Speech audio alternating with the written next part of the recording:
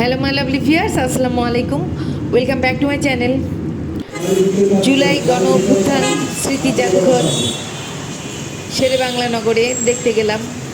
আগে এটি প্রধানমন্ত্রীর বাসভবন ছিল। আমরা অনলাইনে টিকিট কেটেছি, সেই টিকিট ওরা চেক করে দেখলো আর ব্যাগটা রেখে দিল। তারপর ভিতরে ঢুকলাম। ভিতরে এখানে দিগন্ত বিস্তৃত একটা মাঠ, এর মাঝখানে একটা হেলিপ্যাড আছে। তার পাশেই অনেক পোস্টার দেখলাম। এখানে জাদুঘর সম্পর্কে অনেক কথা লেখা আছে। পোস্টারে অনেক কিছু মানুষ যেগুলো সেই সময় পোস্টার বানিয়েছিল, প্রতিটা এলাকায় ছেলেমেয়েরা পোস্টার বানিয়েছিল, লিখেছিল দেয়ালে, মাটিতে, যে যেভাবে পেরেছে সমর্থন জানিয়েছে জুলাই গণ অভ্যুত্থানকে। বিডিআরের একটা মূর্তি ওখানে বানিয়েছে, আর এখানে অনেকগুলো রেপ্লিকা কবর বানিয়েছে, আর তার চারপাশে যারা যারা শহীদ হয়েছে তাদের নাম লিখেছে এই গণ অভ্যুত্থানে। এই জিনিসটা খুবই সুন্দর। আর এইরকম মূর্তি তো দেখলে খুবই কষ্ট লাগে। সেই সময় তো প্রায়ই দেখা যেত ছাত্ররা আহত হতো আর তাদেরকে হাসপাতালে নিয়ে যেত। প্রায় মানুষকে ঢাকা মেডিকেলে নিয়ে যেত। এছাড়া অন্যান্য হাসপাতালেও নীরবে সেবা দান করেছিল ছাত্রদের। অনেকগুলি মূর্তি ভাস্কর্য আছে চারপাশে। এটা সেই করুণ কাহিনী। ছেলেটাকে ধরে নিয়ে গেল, ছেড়ে দিয়ে গেল রাস্তায়, তারপর ওরা নিজেরা মারল। সবাই, সারা দেশের মানুষ দেখলো এই অত্যাচারী শেখ হাসিনার শাসনামলে পুলিশেরা কিভাবে মানুষের উপর নির্যাতন করেছে। এটা হচ্ছে গিয়ে বিশাল এক পুকুর, এরকম করে হাত পা চোখ বেঁধে ফেলে রাখতো। সেই সময় কেউ সরকারের বিরুদ্ধে যে কোনো কথা বললেই তাকে ধরে নিয়ে যেত, তাকে আয়নাঘরে রাখতো, নাহলে মেরে ফেলতো। তার আর রক্ষা ছিল না। এই জুলাই স্মৃতি জাদুঘরের এটা হচ্ছে এন্ট্রেন্সে ঢুকলেই দেখবেন যে এখানে লেখা আছে এই জাদুঘরে কী কী আছে। তার পাশে যেই রুমটা আছে সেই রুমের চারপাশে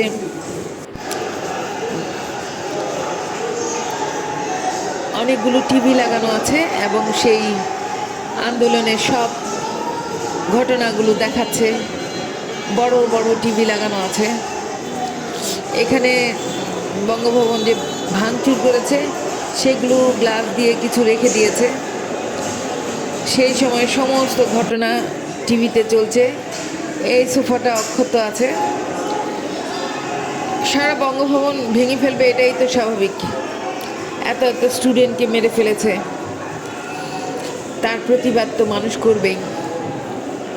যদিও প্রথমে এটি ছিল কোটা আন্দোলন, তারপর এত এত মানুষ মেরে ফেলার বিপরীতে সমস্ত দেশের ছাত্র জনতা, আপামর জনসাধারণ এই ফ্যাসিস্ট সরকারের বিরুদ্ধে আন্দোলন করে তাকে তাড়িয়েছে এই দেশ থেকে। এটা ছিল একটা বড় সিনেমা ঘর, যেখানে সেই সময়ের সমস্ত কাহিনী দেখাচ্ছে। এখানে আবু সাইদের বড় একটা ছবি সিঁড়ির পাশে লাগানো আছে। তার পাশেই এই একটা রুম। এই রুমের চারদিকে টিভি লাগানো আছে। দেখছে সেই সময়ের কাহিনী সবাই।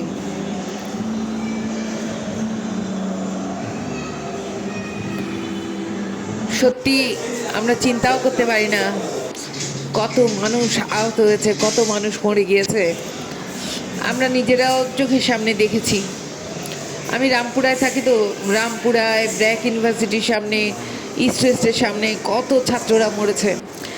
অনেক ছাত্ররই জামা কাপড়, জুতো, ছবি, তাদের ব্যবহৃত বিভিন্ন জিনিসপত্র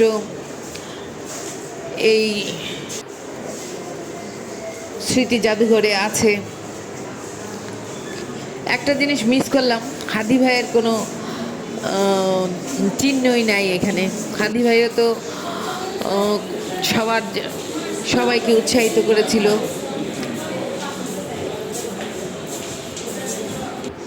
আরও অনেকে ছিল, সবার কথাই তুলে ধরা উচিত। এই সেই বিশেষ দিন 5ই আগস্ট, যেদিন সারা দেশের থেকে ছাত্ররা এসে বঙ্গভবনে যাওয়ার জন্য শাহবাগ থেকে মার্চ করেছিল, আর শেখ হাসিনা সরকার পালিয়ে গিয়েছিল। এইভাবেই মনে হলো যে আরেকবার স্বাধীন হলো আমাদের বাংলাদেশ। ফ্যাসিস্ট সরকারের হাত থেকে মানুষ বেঁচে গেল। কথা নাই, বার্তা নাই, মৃত্যু আর মৃত্যু। এত মৃত্যু দেখতে দেখতে আমরা সবাই অতিষ্ঠ হয়ে গেছি। ব্যথায় আমরা আর কথা বলতে পারছিলাম না, দেখতে পাচ্ছিলাম না। ছাত্রদের আত্মত্যাগ, সাধারণ মানুষের আত্মত্যাগ। এই হলো আবু সাইদ, যে প্রথম আন্দোলন করেছিল। সে বুক পেতে দিয়েছিল, নাও আমাকে গুলি করো, ভয় পাই না। তাকে দেখেই সবাই উৎসাহিত হয়েছিল মূলত।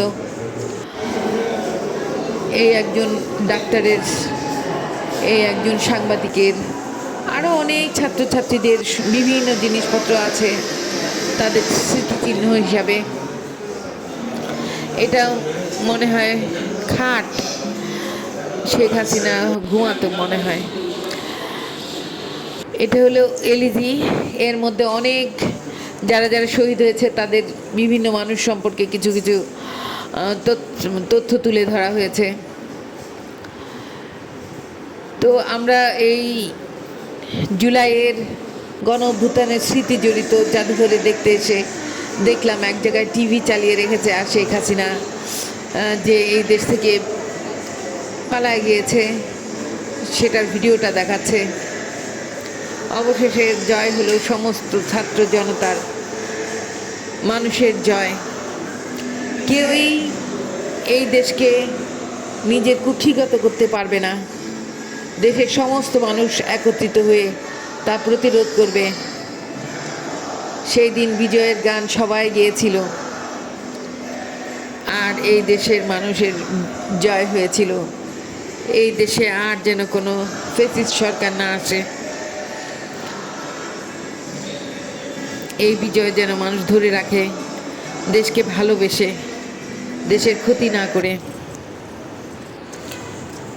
তারপর আমরা বের হয়ে গেলাম পিছন থেকে। একটা ওয়াশরুম আছে, ছেলেদের মেয়েদের ওয়াশরুম, ভালো, হ্যান্ড ওয়াশ নাই শুধু। এই হলো প্রতীকী আয়নাঘর। আয়নাঘরও দেখতে ভুললাম না আমরা। ছোট ছোট ছোট ছোট করে রুম, তার মধ্যে ওই একটা কল আর ওই বাথরুমের জায়গা মনে হয় ওইটুকু। কীভাবে মানুষকে রেখেছে, কত অত্যাচার করেছে, কত মানুষ মেরেছে। শুনেছি মানুষ সরকারের বিরুদ্ধে কথা বলে তাদেরকে মেরেই ফেলতো। এই বঙ্গভবনেও কাদের কাদের কবর দেওয়া হয়েছে। কত অত্যাচার আর নিপীড়ন আর তাজা রক্তের বিনিময়ে আমরা আবার আমাদের দেশকে স্বাধীন করতে পেরেছি। এখানে একটা ক্যান্টিন আছে, সব ফাস্টফুড আছে, আইসক্রিম, কফি এইরকম আছে। আমি আমার হাজবেন্ড এসেছিলাম, একটা ছবি তুললাম, দেখলাম হাদি ভাইয়ের পোস্টারটা এখানে পড়ে আছে। তারও জায়গা চাই এই জাদুঘরে। আল্লাহ হাফেজ।